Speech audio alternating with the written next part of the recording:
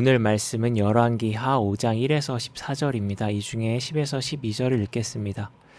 엘리사가 사자를 그에게 보내 이르되 너는 가서 요단강에 몸을 7번 씻으라. 내 살이 회복되어 깨끗하리라 하는지라. 나아만이 노하여 물러가며 이르되 내 생각에는 그가 내게로 나와서서 그의 하나님 여호와의 이름을 부르고 그의 손을 그 부위 위에 흔들어 나병을 고칠까 하였도다. 다메섹강 아바나와 바르발은 이스라엘 모든 강물보다 낫지 아니하냐. 내가 거기서 몸을 씻으며 깨끗하게 되지 아니하랴 하고 몸을 돌려 분노하여 떠나니.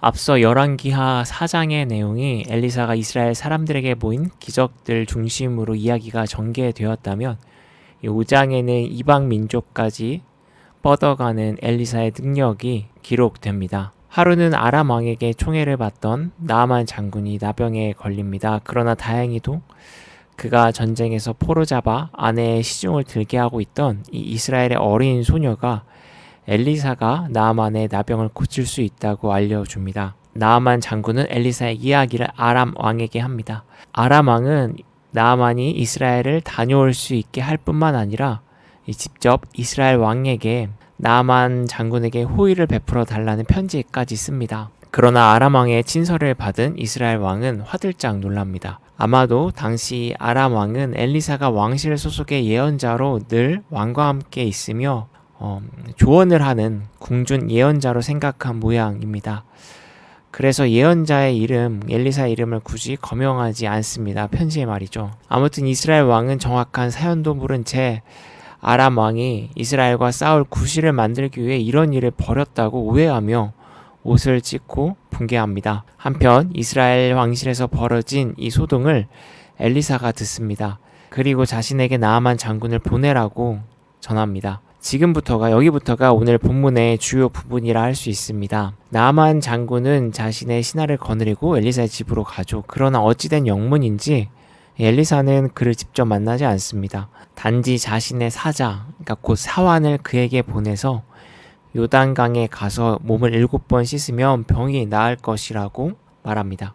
한 나라의 총애를 받고 있는 이방 민족의 장군을 직접 만나지도 않고 거리감을 둔 채 냉정하게 말하는 엘리사의 모습이 쉽게 이해되지 않습니다. 사자를 보내서 나아만 장군에게 치료법을 말할 것이라면 굳이 번거롭게 자신에게 오라고 했는지도 좀 의아합니다. 이야기를 읽고 있는 우리에게는 의아함이 있지만 엘리사를 만나러 간 당사자 나아만 장군은 의아함을 넘어 언짢음을 느낍니다. 엘리사의 태도가 굉장히 마음에 들지 않습니다. 나아만 장군은 엘리사의 행동이 무례하다고 생각했을 것이고 나아가 아람 왕의 친서를 받은 북이스라엘 왕의 반응처럼 이 엘리사의 행동이 아람과 이스라엘 사이의 갈등을 유발시킬 수도 있는 행동이라고 판단했을 수도 있습니다. 나아만 장군은 바로 못마땅함을 표출합니다. 그는 엘리사가 자기를 만나 환부의 손을 얻고 이 낫게 하는 기적을 기대했다고 말하죠. 그러나 전혀 예상치 못한 엘리사의 반응에 분노하며 자리를 떠나려고 합니다. 이렇게 나아만 장군이 노여하는 모습, 이 모습에는 일종의 교만함이 서려 있습니다. 본문에 기록되어 있진 않지만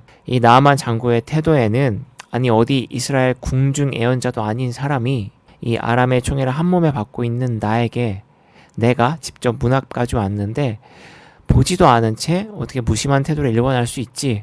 다시 말해 내가 누군 줄 알고 나를 이렇게 대하는 것이지, 이런 모습이라 할 수 있습니다. 분명 엘리사가 나아만을 대하는 태도에서 조금 이해할 수 없음을 느끼는 것은 사실이나 그렇다고 엘리사가 그를 기피하거나 치료법을 알려주지 않은 것도 아님에도 이 나아만은 굉장히 쉽게 분노합니다. 만약 엘리사가 아람 왕이었다면 이 나아만이 그렇게 분노했을까요? 나아만은 필시 엘리사가 자신보다 열등한 신분이라고 생각한 것 같습니다. 그래서 자신의 사회적 지위와 경험에 빗대어 기대했던 반응이 엘리사에게 나오지 않자 바로 분노를 표출한 것이죠. 거만한 모습이라 할 수 있습니다. 우리가 가끔씩 뉴스를 통해 정치인들의 말과 행동에서 볼 수 있는 모습이기도 합니다. 내가 어떤 장관인데, 내가 어떤 의원인데 이렇게 자신의 사회적 위치를 앞세워서 자기보다 아래에 있다고 생각하는 사람에게 자신이 원하는 대답과 행동을 요구합니다. 함부로 대할 때도 있습니다. 우리는 그런 정치인의 모습을 보고 참 교만하다고 생각하며 눈살을 찌푸립니다. 그러나 한편으로 생각해보면 우리 모두 교만한 마음을 조금씩은 품고 있습니다. 단지 고압적인 말이나 분노로 표출하지 않았을 뿐입니다. 내가 기대한 반응을 보이지 않는다고 상대방을 쉽게 판단하거나 단정하거나 상대방의 상황과 의도를 생각하기보단 자신의 경험과 위치에 비추어 오해한 적은 없었는지요. 또 세상의 기준으로 내가 앞선다고 상대방을 가볍게 여긴 적은 없었는지요. 저를 비롯한 대다수가 한 번쯤은 이런 마음을 품지 않았을까 생각합니다. 교만한 태도라 할 수 있습니다. 비단 사람에게뿐만 아니라 우리는 하나님과의 관계에서도 교만한 태도를 보일 때가 있습니다. 원하고 기도하는 것들이 현실이 되지 않고 자꾸 예상치 못한 일들이 발생할 때, 그래서 생각대로 삶이 흘러가지 않는다고 느낄 때 사람에게 대하듯 하나님을 쉽게 판단하진 않으셨습니까? 또 주님의 시간을 차분히 기다리기보다는 조급한 마음에 신앙 밖에서 해법을 찾으려고 애쓰진 않으셨습니까? 나만이 품었던 마음과 또 그의 행동과 크게 다르지 않습니다. 엘리사의 무심해 보이는 태도와 치료 방법에 그는 엘리사의 의도를 상황을 헤아리기보다는 분노하며 자신의 방법대로 하겠다고 엄포를 놓습니다. 나만이 쉽게 노여워하는 모습 속에 하나님의 신비가 개입될 기회가 사라집니다. 주님의 신비는 자신의 기대가 어긋나야 등장한다는 사실도 놓치고 맙니다. 그러나 다행인 것은 그의 곁에 지혜로운 신하들이 있었고 그는 우둔했던 자신의 행동을 반성할 수 있는 기회를 갖게 됩니다. 우리가 늘 고백하듯 하나님의 생각은 우리의 생각보다 높고 하나님의 길은 우리가 헤아릴 수 없습니다.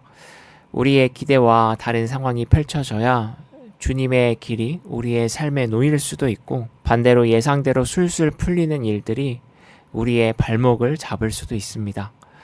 하나님의 인도와 계획은 우리의 사회적 위치나 경험, 배움을 훨씬 뛰어넘기 때문입니다.